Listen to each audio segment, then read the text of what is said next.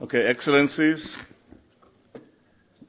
friends, because I'm sure that if you made it, many of the ambassadors here on the diplomatic course, if you made it from Herzliya through the traffic to Jerusalem and you're still here at 1 o'clock, I'm sure that you're not only friends, you're an excellent friends.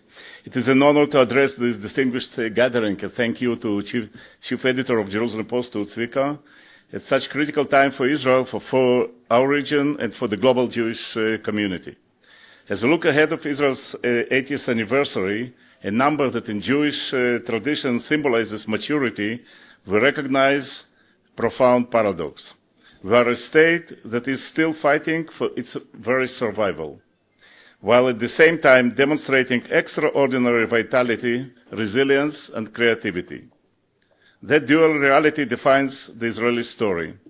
I come from an establishment. I spent many years in the government. I was the CEO of two largest Jewish umbrella worldwide organizations, but today I am the chairman of a number of organizations in Israel. One of them is the Center for Jewish Impact that was created precisely to emphasize this story. The mission of the center is to connect Israeli society to international community through people. This has been a defining feature of Israel in many years, from the first response to COVID, to the mass protest movements, and most painfully, to the response after October 7th. Coming to Israel without engaging with its society gives only half of the story. At the Center for Jewish Impact, we build bridges between Israel's civil society and the world, through diplomatic salons that bring ambassadors into dialogue with Israelis, private, public, academia, non-profit and government sectors, many of them in partnership with colleagues in this very room, and many ambassadors here and diplomats are part of our almost daily activities. Through international delegations that bring legal scholars, diplomats and experts to witness Israeli reality on the ground. And just last week we had one. Through research tools like the Israeli Society Barometer. And through the Embrace campaign, which helps Israeli people recover and thrive post-October 7th and support entire communities in rebuilding. Civil society has been the backbone of Israel in the most difficult times. After October 7th, when communities were shattered, it was ordinary citizens, NGOs, and volunteers that mobilized first. Our barometer reflected this reality last year. A majority of Israelis, the Israeli public, felt that civil society organizations contributed more to recovery than the government. Whether or not the numbers have shifted, the principle remains clear. Israeli society stepped forward when it mattered the most, and this is new to the Israeli society. This is not just a domestic story. It is a diplomatic one.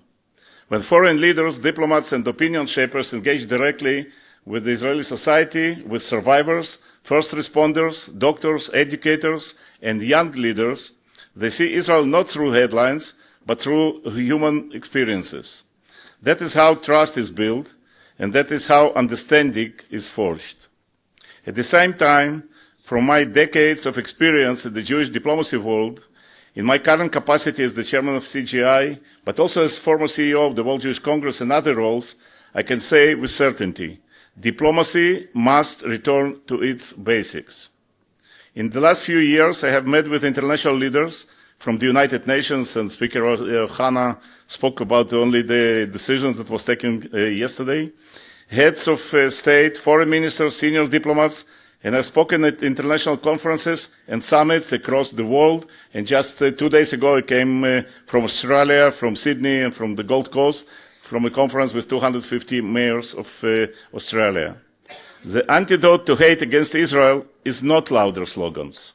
It is pragmatic conversations, direct, grounded, and focused on solutions. We need a dual diplomatic effort, and it's a diplomatic conference. So people-to-people diplomacy that connects societies.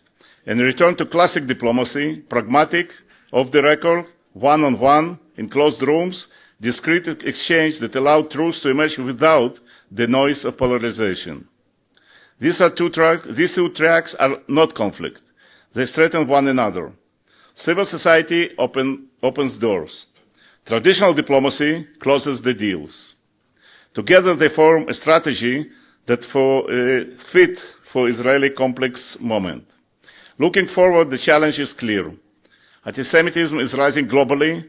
Disinformation spreads much faster than the truth. And Israel's reality is often distorted by those with little interest in nuance. We know that we are losing the public opinion battle. Everybody in this room knows it. Our message is more complex, less funded, and overwhelmed by numbers. We must follow the money that fuels these anti-Israeli campaigns and fight them with facts, creativity, and determination. But there is also a reason for hope, because we have seen the power of Israeli society when it engages in the world. Over the past 3 years, we at the Center for Jewish Impact have hosted delegations who experienced Israel beyond the headlines. Next week, on the sidelines of the United Nations General Assembly in New York, we'll host the President of Cyprus to highlight the vast opportunities for cooperation in the innovation sector and strong friendship between our countries. Last year, we welcomed the Prime Minister of Albania in a similar framework, and we do many of these. But there is another challenge we must face honestly.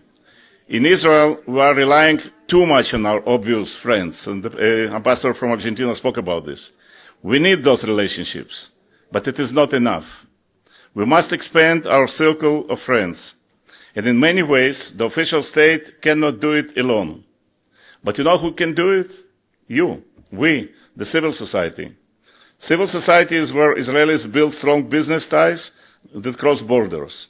It is the platform for our universities and researchers work hand in hand with colleagues abroad. It is where NGOs and social entrepreneurs create partnerships that last. It is where young Israelis on their post-army trips connect with peers worldwide, building people-to-people ties that politics cannot. Yes, there are many initiatives, but what we need now is a concentrated effort to turn this into policy, into training, into dedicated funds, into a systematic way of helping Israelis forge and maintain these connections. If we want to expand Israel's place in the world, civil society must lead this change. As Israel approaches its 80th anniversary year, our survival is not in question. But our maturity will be measured by our ability to invest in these connections, to broaden our partnerships, and to let Israel's society carry our story forward. From decades in Jewish diplomacy, I have learned that borders are defended by armies, but nations are defined by people. And our story, Israel, must be told today through its survivors, its innovators, its educators, its leaders. And this is the real story of our people. And this story is being written now by people sitting in this room and many like ourselves. Shana Tova to everybody, and let's hope for the return of the hostages. Thank you.